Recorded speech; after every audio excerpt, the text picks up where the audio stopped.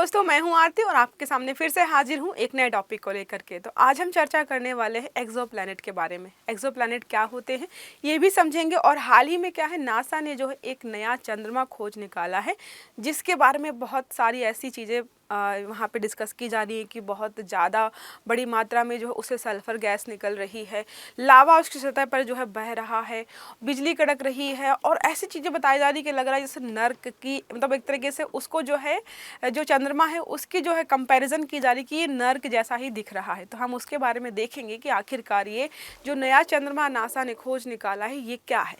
तो इसको हम देखेंगे। ये जो इमेज आप देख रहे हो ये AI जनरेटेड है, ठीक है। तो ये रियल इमेज नहीं है, तो दिमाग में नहीं बनाना कि ऐसा होगा, ऐसा ही कुछ दिख रहा है, तो AI के द्वारा इसको बनाया गया है। यहाँ पे जरूर हेडलाइन लिखी है, धरती को मिला नया चंद्रमा। तो नासा जो है धरती में ही है इसलिए बोल रहे हैं, तो नासा के द्वारा इसको खोजा गया है। इसके बारे में हम बात करेंगे। इससे पहले जो है हम दिवाली ऑफर्स के बारे में बात कर रहे थे। 26 अक्टूबर से लेकर के आपका 2 नवंबर तक जो है हमारे यहाँ पे दिवाली ऑफर चल रहा है, जिसमें वो UPSC के फाउंडेशन बैच पर आपको जो है 50% की छूट मिलेगी। मात्र 60,000 में आपको जो है प्री प्लस मेंस का फाउंडेशन कोर्स मिल जाएगा। उसमें आपको CSET का कोर्स फ्री में मिल रहा है। अगर बात करें UPPCS फाउंडेशन कोर्स की, तो 70% छूट के साथ आपको मात्र 30,000 में जो है प्री प्लस मेंस का फाउंडेशन कोर्स मिल जाएगा ये। और अगर आप अलग किसी दूसरे राज्य के PCS की तैयारी कर रहे हो, तो हमारे पास UPPCS के अलावा Rajasthan PCS, RAS Bihar PCS, MP PCS, UP का जो RO ARO का भी एग्जाम होने वाला उसके लिए कोर्स अवेलेबल है। NCERT कोर्स है, NCERT टेस्ट है, और भी बहुत सारी चीज़ें आपको हमारे साइट पर या फिर एप्लीकेशन पर मिल जाएंगी। तो अगर आपको कोई क्वेरी है, कोई जानकारी लेनी है, तो इस नंबर पर कॉल करके सारी जानकारी इकट्ठा कर सकते हैं। तो अगर UPSC की तैयारी करनी ही है तो जल्दी से करिए और जाकर एडमिशन कराइए, ठीक है। अब आते हैं हमारी इस न्यूज़ पर, जिसमें हम बात करेंगे कि नासा ने जो चंद्रमा की खोज की है उसके बारे में क्या क्या हम बातें यहाँ पर करेंगे। तो पहले हम देखते हैं चर्चा के बिंदु क्या है यहाँ पर। नासा के वैज्ञानिकों ने ऐसा बाहरी चंद्रमा खोजा है जो धातु से बना है। बताया जा रहा है कि ये मेटल का बना हुआ है, लेकिन इसके ऊपरी भाग में क्या है, लावा बह रहा है, बादल बन रहे हैं, बिजली गरज रही है, और बहुत ज़्यादा मात्रा में जो है यहाँ पे सल्फर गैस का इसके द्वारा उत्सर्जन किया जा रहा है। जिस ग्रह की परिक्रमा लगा रहा है, बोला जा रहा है कि उस ग्रह के अंदर भी इतना ज़्यादा सल्फर नहीं है जितना ये उत्पादित कर रहा है, ठीक है। तो यहाँ पे हम देखने वाले हैं, कुछ मुख्य बिंदुओं को देख लेते हैं इस न्यूज़ से संबंधित। इसकी सतह पर गर्म लावा बह रहा है, मैंने आपको बताया ऑलरेडी। जहरीली गैसों का फवारा यहाँ पर निकलता दिखाई देगा आपको। आसपास कड़कती बिजली वगैरह बहुत ज़्यादा पैदा कर रहा है। साथ जैसे आपको देखते हो ना, ज्वालामुखी विस्फोट जब होता है तो सल्फर बहुत ज़्यादा बड़ी मात्रा में निकलता है। तो यहाँ पे है ज्वालामुखी की तरह फट रहे हैं, इस चंद्रमा की मौत जल्द होने वाली। तो यह बताया जा रहा है कि ये चंद्रमा जो है ये खत्म होने वाला है।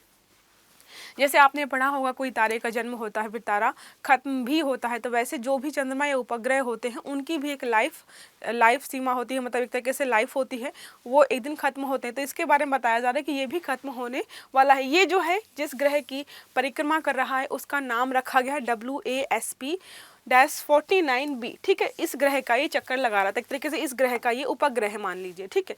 फिर क्या लिखा है, यह ग्रह अपने ग्रह और तारे के बीच, ये मान देखो यहाँ पे इतनी गर्मी इस जो तारे चंद्रमा में देखी जा रही है उसका एक रीज़न ये भी है कि यहाँ पे मानो यहाँ पे जो इसका ग्रह है जिसका चक्कर लगा रहा है, बीच में ये स्थित है, दूसरा यहाँ पे एक ग्रह है, ठीक है, इसका ये चंद्रमा है, सॉरी। तो जिसकी वजह से क्या हो रहा है, दोनों तरफ से इसको हीट मिल रही है, जिसकी वजह से ज़्यादा गर्म है। जन्म धातु के बादल जैसा हुआ होगा। लोगों का मानना है, मतलब साइंटिस्ट का मानना है कि ये जो है अगर धातु का ही बना है तो धातु के बादल रहे होंगे, फिर वो आपस में इकट्ठा हुए होंगे और उसके बाद जो है इसका निर्माण हुआ होगा। अगर बात करें सल्फर गैस की तो 1,00,000 किलोग्राम जो है प्रति सेकंड सल्फर का ये यहाँ पे निष्कासन कर रहा है, जो अपने आप में बहुत बड़ी मात्रा है। देखो यहाँ पे बोल भी रहे कि जो इस ग्रह का चक्कर लगा रहा है उसके अंदर भी आपको इतनी मात्रा में सल्फर नहीं मिलेगा, ठीक है। और अगर बात करें यहाँ पर सल्फर करें सोडियम मैंने बहुत सारी जगह सल्फर बोल दिया, सोडियम रखिएगा, ठीक है। सोडियम की मात्रा यहाँ पे देखने को मिल रही है, सोडियम का ही उत्पादन यहाँ पे हो रहा है। ज़्यादा चट्टानें जो होती हैं उनका निर्माण कैसे होता है, सोडियम से ही होता है, इसलिए सोडियम का ही उत्पादन यहाँ पे देखने को मिल रहा है। ये चंद्रमा मुख से सोडियम का बादल बना रहा है, जबकि ये काम आमतौर पर कोई ग्रह या तारा ही करता है। तो लोगों का मानना है कि शायद ये ग्रह या तारा ही रहा होगा, क्योंकि जिस मात्रा में ये सोडियम का निर्माण कर रहा है सिर्फ ग्रह और तारे करते हैं, तो इस तारे की मृत्यु या ग्रह की मृत्यु होने वाली है और ये अभी बहुत चर्चा का विषय बना हुआ है। अगर हम बात करें जो यहाँ पे जिस ग्रह का ये परिक्रमा कर रहा है WASP-49b, जिस ग्रह की परिक्रमा कर रहा है उसके बारे में देखते कि जो नासा या किसी और एजेंसी को कब मिला था, इसके बारे में क्या क्या जानकारी हमारे पास इकट्ठा है। तो क्या लिखा हुआ है, WASP-49b एक एक्सो प्लैनेट है। एक्सो प्लैनेट क्या होता है मैं आपको बाद में समझा दूंगी, अभी के लिए आप इतना समझिए कि जो हमारे सौर मंडल या सौर परिवार का हिस्सा नहीं, उस सब को हम एक्सो प्लैनेट या बाहरी ग्रह के रूप में जानते हैं। लिखा भी है देखो, बाहरी ग्रह उसे कहते हैं जो हमारे सौर मंडल में नहीं है। मतलब क्या, जैसे बोलते हैं ना आपके परिवार का कोई व्यक्ति नहीं है, बाहर से आया तो बोलते हैं बाहरी व्यक्ति है, अगर आपके स्टेट का भी नहीं है तो बोलते हैं बाहरी व्यक्ति है, ठीक है। तो वैसा ही यहाँ पे भी है। लिखा यह अपने बृहस्पति ग्रह से 3 गुना छोटा और पृथ्वी से करीब 635 प्रकाश वर्ष दूर है। यहाँ पे हम चंद्रमा की बात नहीं कर रहे हैं, चंद्रमा के ग्रह की बात कर, जिसकी वो परिक्रमा लगा रहा है उस ग्रह के बारे में बोल रहे हैं कि ये लगभग कितना है, बृहस्पति ग्रह से 3 गुना बड़ा है। हमारा जो बृहस्पति ग्रह है उससे भी 3 गुना बड़ा है, साथ में जो है पृथ्वी से इतनी दूर स्थित है। एक तरीके से मान सकते हैं कि भाई एलियन ही, मतलब एक तरीके से एलियन प्लैनेट है, बहुत दूर है, ठीक है। इस ग्रह की खोज जो है 2012 में हुई थी, 2012 में ये इसकी खोज हुई थी। और जिस चंद्रमा की हम बात कर रहे हैं तो इस ग्रह के और जो उपग्रह है उसके बीच में जो है एक तरीके से सोडियम का बादल दिखाई दे रहा था उस सन 2012 में, लेकिन लोगों को समझ में नहीं आया कि ये क्या है। बाद में पता चला कि वो जो है चंद्रमा है जो उस समय बन रहा था या फिर सोडियम के बादलों से घिरा हुआ था, जिसके बारे में हम बात कर रहे हैं कि वो जो है ख़त्म होने वाला है। ये अपने तारे का एक चक्कर 2.8 दिन में पूरा कर देता है। इसका तापमान 1100 डिग्री सेल्सियस रहता है। वर्ष 2017 में वैज्ञानिकों ने WASP-49b और उसके तारे के बीच सोडियम का बहुत बड़ा बादल देखा था। जैसे बताया ना आपको, 2017 में देखा गया था कि बहुत बड़ा बादल है, लेकिन बादलों की वजह से उसके अंदर क्या है ये हमें जानकारी नहीं मिल पा रही थी।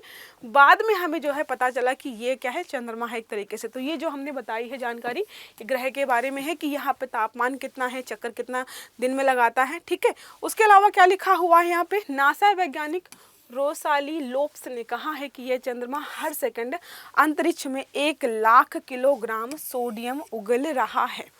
जिस चंद्रमा के हम बारे में पढ़ रहे हैं उसका नामकरण तो कुछ नहीं किया गया है अभी तक, बाकी हम उसको चंद्रमा ही बोल रहे हैं, खत्म होता चंद्रमा या मरता हुआ चंद्रमा, ऐसे ही करके आपको न्यूज़ में सारी चीज़ें देखने को मिल जाएंगी। तो ये बताया आपको मैंने कि हर सेकंड 1 लाख सोडियम का उत्पादन या उत्सर्जन एक तरीके से कर रहा है। अब हम बात करेंगे एक्सो प्लैनेट्स के बारे में। आपको मैंने बताया एक्सो प्लैनेट मतलब क्या है, बाहरी ग्रह जो हमारे सौर परिवार या सौर मंडल का हिस्सा नहीं होते हैं, उनको हम जो है एक्सो प्लैनेट या बाहरी ग्रह के रूप में जानते हैं। तो लिखा है ऐसे ग्रह होते हैं जो हमारे सौर मंडल से बाहर होते हैं और किसी दूसरे तारे की परिक्रमा करते हैं। इन्हें बाह्य ग्रह या फिर एक्स्ट्रा सोलर ग्रह भी कहते हैं। बाह्य ग्रह जैसे हमारे जितने भी हमारे ग्रह हैं हमारे सौरमंडल में, सारे किसका चक्कर लगाते हैं, सूर्य का।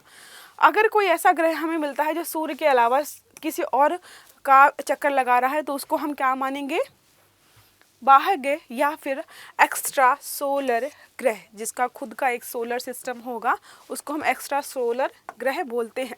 फिर क्या लिखा हुआ है, वैज्ञानिकों का मानना है कि तारों की तुलना में ग्रहों की संख्या ज़्यादा है।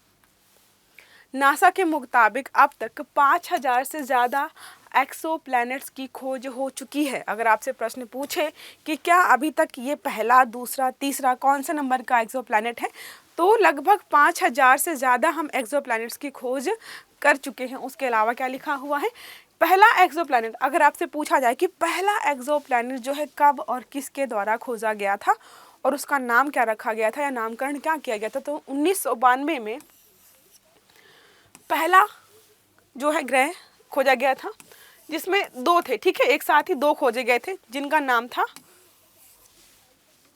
पोलजरिस्ट और दूसरा है फोबेटर, ठीक है, नाम याद रखिएगा, पोल्टरजिस्ट पहला है, दूसरा है फोबेटर। तो पोल्टरजिस्ट और फोबेटर जो है 2 खोजे गए थे यहाँ पर पल्सर की परिक्रमा करते हुए, ठीक है। पहले कुछ नाम और होता है स्टार्टिंग में, बाद में हम नाम दूसरा रखते हैं। तो ये आप इनका नाम याद रखिए। 1992 में इनकी खोज की गई थी। ये पहले जो है एक्सोप्लैनेट थे जिनकी खोज की गई थी। ओके, तो ये हमारा रहा, बहुत छोटा टॉपिक था, बहुत ज़्यादा नहीं था चर्चा में, बस यही चल रहा था कि एक चंद्रमा है जो ख़त्म होने वाला है। बाकी आपने अपने चंद्रमा के बारे में पढ़ा है, हमारे सोलर सिस्टम के बारे में भी पढ़ा होगा। ज्योग्राफी में जो है ब्रह्मांड का एक टॉपिक रहता है, उसमें सब हम पढ़ते हैं। तो इस टॉपिक में हमारा इतना ही रखते हैं। अब हम मिलेंगे अगली क्लास में, जिसमें हम डिस्कस कर रहे होंगे कोई नया टॉपिक जो आपके एग्जाम्स के लिहाज से बहुत ज़्यादा इंपॉर्टेंट होगा।